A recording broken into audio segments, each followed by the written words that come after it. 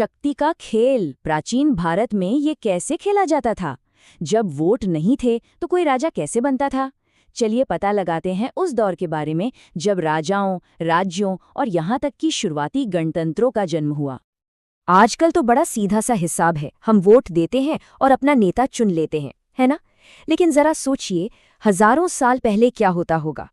तब शासक बनने के तरीके वो बहुत ज्यादा ड्रामेटिक और रिस्की थे। करीब 3000 साल पहले की बात है। तब पावर वोटों से नहीं बल्कि यज्ञ की आग और मंत्रों की गूंज से हासिल होती थी। राजा बनने के लिए सिर्फ जनता का सपोर्ट काफी नहीं था, नहीं, आपको तो देवताओं और अपने पड़ोसियों दोनों के सामने अपनी ताकत का एक जबरदस्त शो करना पड़ता था। और इस पावर शो का सबसे बड़ा स्टेज था अश्वमेध यज्ञ। अब देखिए, इसे सिर्फ एक पूजा पाठ या धार्मिक अनुष्ठान समझने की गलती मत कीजिएगा। ये एक ओपन पॉलिटिकल चैलेंज था, अपनी ताकत का ऐसा ऐलान जिसे कोई भी अनदेखा नहीं कर सकता था। इसका पूरा प्रोसेस सच कहूं तो किसी थ्रिलर फिल्म जैसा था।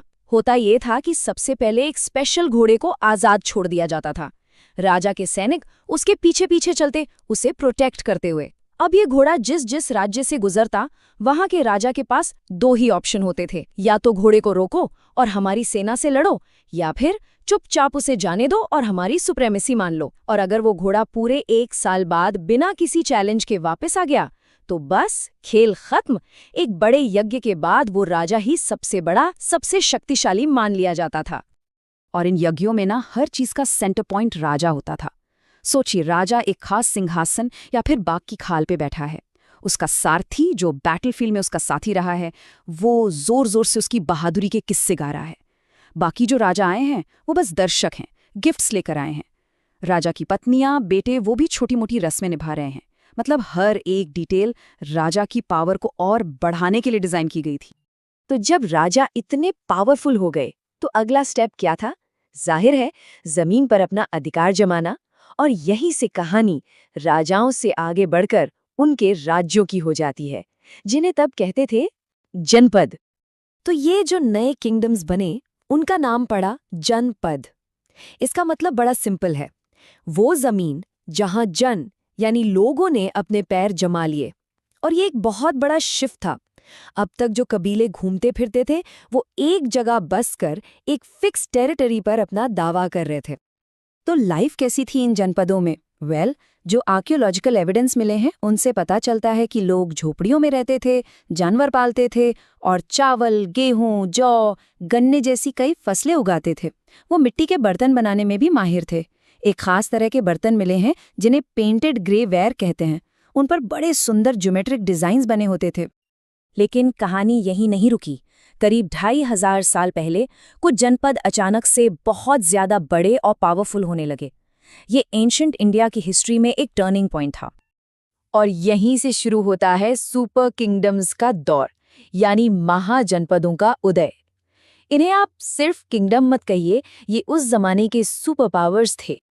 महाजनपद का मतलब ही है महान जनपद या ग्रेट किंगडम। ये वो जनपद थे जो बाकी सबसे कहीं ज्यादा ताकतवर हो गए थे। और इनकी सबसे बड़ी पहचान, इनकी अपनी एक फोर्टिफाइड कैपिटल सिटी होती थी, यानी एक किलेबंद राजधानी। तो पावर के ये नए टूल्स क्या थे? सबसे पहला, बड़े बड़े किले। ये सिर्फ डिफेंस के लिए नहीं थे, बल्कि अपनी वेल्थ और पावर का शो ऑफ करने के लिए भी थे। और दूसरा, एक स्टैंडिंग आर्मी। अब राजाओं के पास परमानेंट सैनिक थे जो साल भर लड़ने के लिए तैयार रहते थे, और उन्हें रेगुलर सैलरी दी जाती थी, शायद पंचमार्क्ड कॉइन्स के जरिए। लेकिन एक सवाल उठता है, इतनी बड़ी बड़ी सेनाओं और किलों का खर्चा आता कहां से था? चलिए अब उन इंजन्स ऑफ ग्रोथ को समझते हैं जिनसे इन बड़े राज्यों को पावर मिलती थी। जवाब था रेगुलर टैक्सेशन।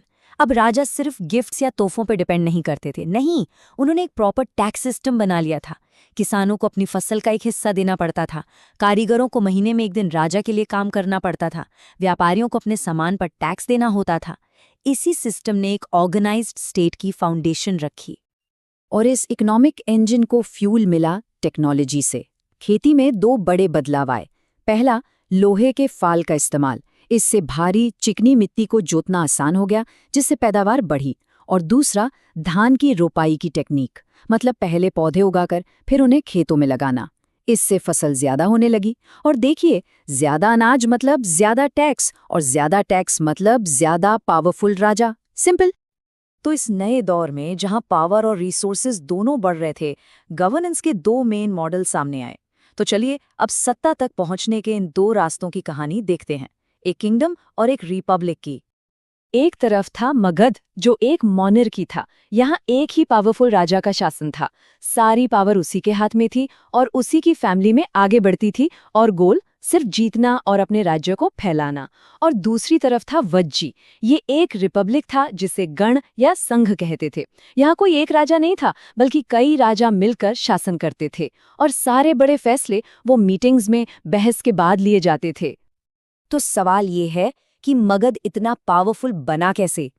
असल में उसके पास एक एम्पायर बनने का परफेक्ट फॉर्मूला था। गंगा और सोन जैसी नदियां थीं, जिनसे ट्रांसपोर्ट और खेती के लिए पानी दोनों का इंतजाम था। घने जंगल थे, जहां से सेना के लिए हाथी और इमारतों के लिए लकड़ी मिल जाती थी। जमीन के नीचे लोहे की खदानें थीं, जिनसे मजबूत हथियार और औजार बनते थे। और ऊपर से बिंबिसार और अजातशत्रु जैसे एम्बिशियस राजा थे, जिन्होंने इन सब चीजों का भरपूर इस्तेमाल किया। इन भारतीय राज्यों की पावर का अंदाजा इस बात से लगाइए कि जब मैसेडोनिया का अलेक्जेंडर यानी सिकंदर भारत के दरवाजे तक पहुंचा, तो उसकी सेना ने आगे बढ़ने से ही मना कर दिया। क्यों? क्योंकि उन्होंने भारत के राजाओं की विशाल सेनाओं के बारे में सुन रखा था। पैदल सैनिक, रथ और खासकर हाथियों की फौज, जिसका खौफ दूर दूर तक था। लेकिन क्या पावर का मतलब हमेशा एक राजा का राज ही होता है? वज्जी की कहानी हमें एक दूसरा रास्ता दिखाती है, एक रिपब्लिक की अपनी अनोखी ताकत का रास्ता। कहानी में एक बहुत इंटरेस्टिंग मोड़ तब आता है जब मगध का राजा अजातशत्रु वज्जी पर हमला करने की तैयारी करता है, और वो हमला करने से पहले सलाह लेने पहुंचता है गौतम बुद्ध के पास। बुद्ध का जवाब आज भी उतना ही रेलेवेंट है। उन्होंने कहा, वज्जी तब तक तरक्की करते रहेंगे और उन्हें कोई हरा नहीं पाएगा जब तक वो अक्सर सभाएं करते हैं, एक साथ मिलकर काम करते हैं और अपने बनाए नियमों को मानते हैं। ये यूनिटी की पावर का सबसे बड़ा लेसन था। तो सवाल आज भी वही है, राजतंत्र या गणतंत्र? एक इंसान की ताकत या एक समूह का मिलकर लिया गया फैसला? 2500 साल पहले की शक्ति को लेकर ये जो बहस थी, वो आज भी दुनिया भर की सरकारों और समाजों में किसी न किसी रूप में जिंदा है, और हमारे आज और कल दोनों को शेप कर रही है।